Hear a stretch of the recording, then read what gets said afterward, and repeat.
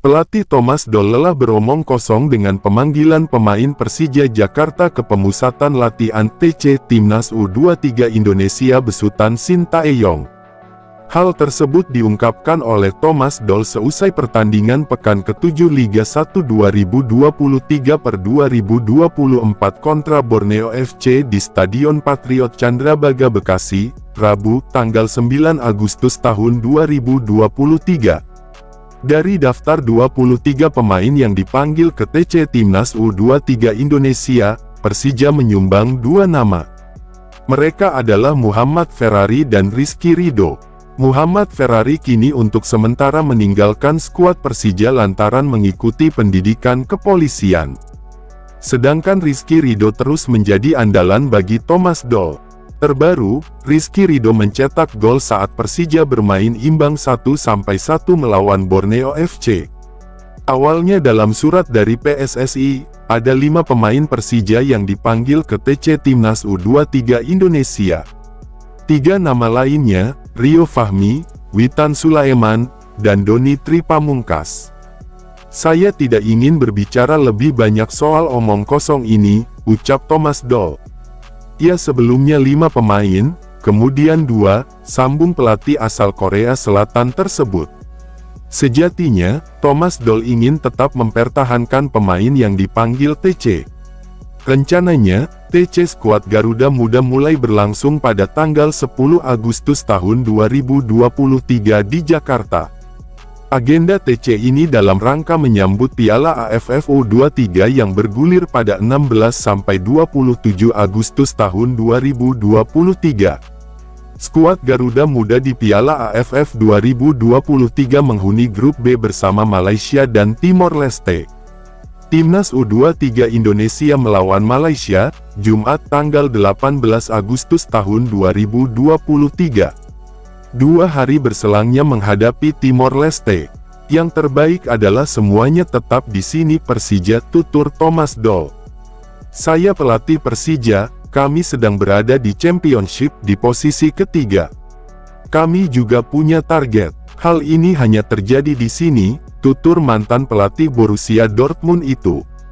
Sebelumnya, Thomas Doll juga mengutarakan kekesalannya imbas banyak pemain Persija yang dipanggil ke Timnas U20 Indonesia pada medio Februari tahun 2023. Total terdapat 9 pemain. Mereka adalah Frankie Misa, Barnabas Sobor, Ahmad Maulana Syarif, Reza Aditya Nugraha, Ginanjar Wahyu Ramadhani, Alfriyanto Niko Saputro, Cahya Supriyadi, Doni Tri Pamungkas, dan Muhammad Ferrari. Kala itu, Timnas U20 Indonesia tengah dipersiapkan menatap Piala Asia U20 2023 Uzbekistan. "Kami juga mengalami hal ini musim lalu dan dalam banyak waktu pemain dipanggil ke TC Timnas U20 Indonesia," kata Thomas Doll. Ketika bubble di Yogyakarta, Liga 1 tahun 2022 sampai tahun 2023, beberapa pemain dipanggil ke Timnas U20 Indonesia, tutupnya. Elkan Bagot tampil penuh saat Ipswich Town bertanding melawan Bristol Rovers pada ajang Piala Liga Inggris Carabao Cup, Rabu, 9/8. Pada laga ini, pelatih Kieran McKenna menunaikan janjinya. Sebelumnya, McKenna memberikan sinyal bahwa Elkan akan tampil di laga ini. Hasilnya, kepercayaan tersebut sukses dilaksanakan dengan apik oleh Elkan. Bahkan, dia jadi aktor penting bagi gol kedua Ipswich di laga ini. Elkan dari sisi tengah mengirim umpan ke kiri menuju George Hirtz yang terus berlari menuju gawang lawan. Hirtz kemudian memberikan umpan datar yang diterima oleh Sone Aluko. Dengan cerdik, tendangan Sone langsung menghujam gawang Bristol di laga ini. Pertandingan tersebut berakhir dengan skor 2-0 untuk kemenangan Ipswich. Elkan Bagot menjelaskan, dia cukup mengapresiasi keputusan pelatih McKenna di laga ini, yakni dengan melakukan rotasi kepada anak asuhnya. Bahkan, beberapa pemain diberikan kesempatan debut saat melawan Bristol. "Sebenarnya ini adalah perubahan yang cukup sulit untuk bersikap adil," kata Elkan Bagot. Pemain berusia 20 tahun ini menambahkan bahwa Bristol bermain cukup bagus di laga ini. Tim lawan mampu menciptakan peluang-peluang yang membuat Ipswich harus lebih waspada.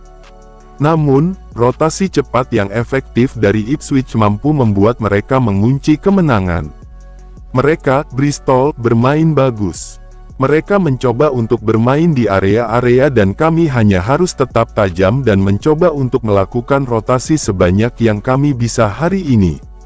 Kami sebenarnya tampil brilian seperti saat kami kehilangan bola. Kami menginginkannya dengan cepat, terutama di babak kedua, jadi ya, itu bagus, tambahnya.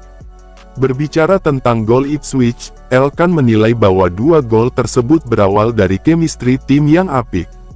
Pada gol pertama, 3 pemain berperan langsung untuk menciptakan gol tersebut. Dari sisi kanan, Lee Evans mengirim bola ke kotak penalti dari sisi kanan.